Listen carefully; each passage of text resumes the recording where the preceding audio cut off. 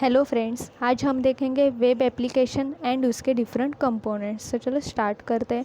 Introduction to web application. A web application is an application that is access by user over a network such as internet. मतलब वो user network के द्वारा web application को access कर सकता है। Web application एक computer program है that utilize the web browser and web technology to perform tasks over the internet. And web applications are popular due to ambiguity of web browser and the convenience of using a web browser as a client. The ability उसकी ability क्या रहती है? Update and maintain web application without distributing and installing software on potential thousand of clients computer is a की reason for their popularity. मतलब वो popular रहता है किसकी वजह से? जो थाउजेंड ऑफ क्लाइंट उसको कनेक्टेड रहता है, इसकी वजह से वो पॉपुलर रहता है। और कॉमन वेब एप्लीकेशन में क्या इंक्लूड रहता है? Web mail, online retail sales and many other function. And web application interface provide करता है between end user and web server through set of, किसके थ्रू करेगा वो? Set of web page generate करके सर्वर एंड और script code भी executed dynamically within the client web browser. So ये है वेब एप्लीकेशन और उसके कंपोनेंट्स देखेंगे अब। There are 7 components of web application. First one is login. Most of the website are allow authenticate users to access the application by means of logins.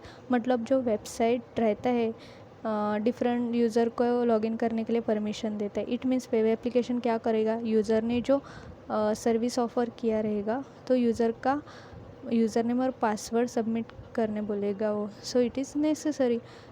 For example हम लोग Gmail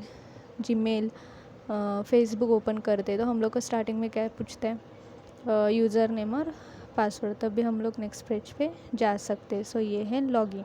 web server, it is referred to either software or hardware intended to deliver web content that can be accessed through internet. Example, the web page served to the web browser by the server.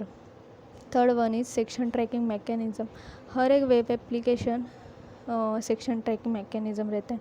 The section can be track by using cookies, URL rewriting और SSL information. मतलब secure socket layer. User permission मतलब user की permission रहना चाहिए। when you are not allowed to access specific web page in which you are logged in with user permission, you may redirect again to login page or to any other page।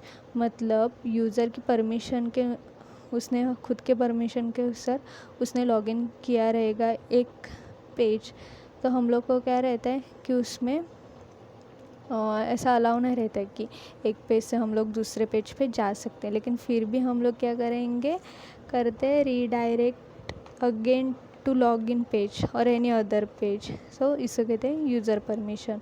Next one is the application content. It is interactive program जो client के द्वारा web request को accept करता है and कुछ parameter that are send by web browser for carrying out certain function.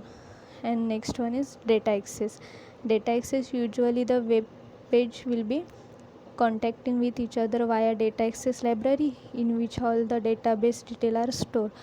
मतलब हम लोग वेब पेज डेटा एक्सेस कर किसके द्वारा? लाइब्रेरी के द्वारा। एक दूसरे से वो कांटेक्ट में रहेगा, उसमें सब डेटाबेस डिटेल्स स्टोर रहता है। And last one is the data store. Data store क्या करेगा? It is way to important data share and synchronize between the threads. This store information it quite important and necessary higher level application. It is not mandatory that the data store and web server are on the same network। मतलब कि same network ही रहना, मतलब जो data store और web server रहता है उसको same network में ही रहना ऐसा कुछ नेसेसरी नहीं है। वो किधर से भी वो एक्सेस कर सकते। So they can be contact और accessible with each other through the network connection. So ये है वेब एप्लीकेशन के कंपोनेंट्स। Thank you.